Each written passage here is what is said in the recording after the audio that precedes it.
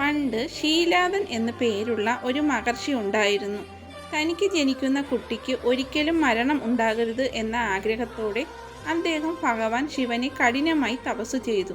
മഹർഷിയുടെ ഭക്തിയിൽ പ്രസന്നനായ മഹാദേവൻ അദ്ദേഹത്തിന് ഒരു മകനായി താൻ തന്നെ അവതരിക്കുമെന്ന് വരം നൽകി. അങ്ങനെ ശീലാദ മഹർഷിക്ക് ലഭിച്ച പുത്രനാണ് നന്ദി. നന്ദി വളർന്നു വലുതായപ്പോൾ തൻ്റെ ആയുസ് അധികമില്ലെന്ന് അവൻ തിരിച്ചറിഞ്ഞു.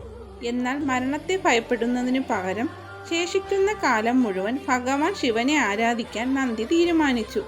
നന്ദി വനത്തിൽ പോയി നിശബ്ദനായി ഏകാഗ്രതയോടെ ശിവനെ ധ്യാനിച്ചു. അവൻ്റെ ഭക്തി എത്രത്തോളം ഉണ്ടായിരുന്നുവെന്നാൽ ചുറ്റുമുള്ള ലോകത്തെ പോലും അവൻ മറന്നുപോയി.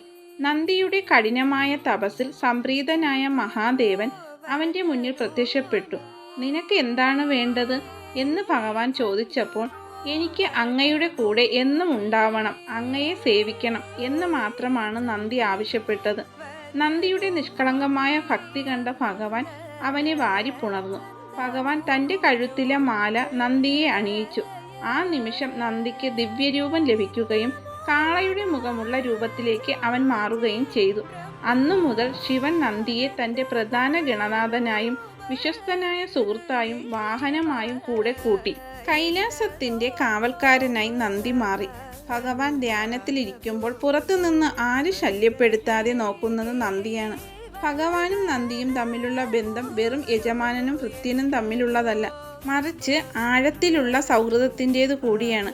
അതുകൊണ്ടാണ് ഇന്നും ശിവക്ഷേത്രങ്ങളിൽ ഭഗവാന്റെ തൊട്ടുമുന്നിൽ അതീവ ഭക്തിയോടെ ഭഗവാനെ നോക്കി നിൽക്കുന്ന നന്ദിയെ നമുക്ക് കാണാൻ സാധിക്കുന്നത്.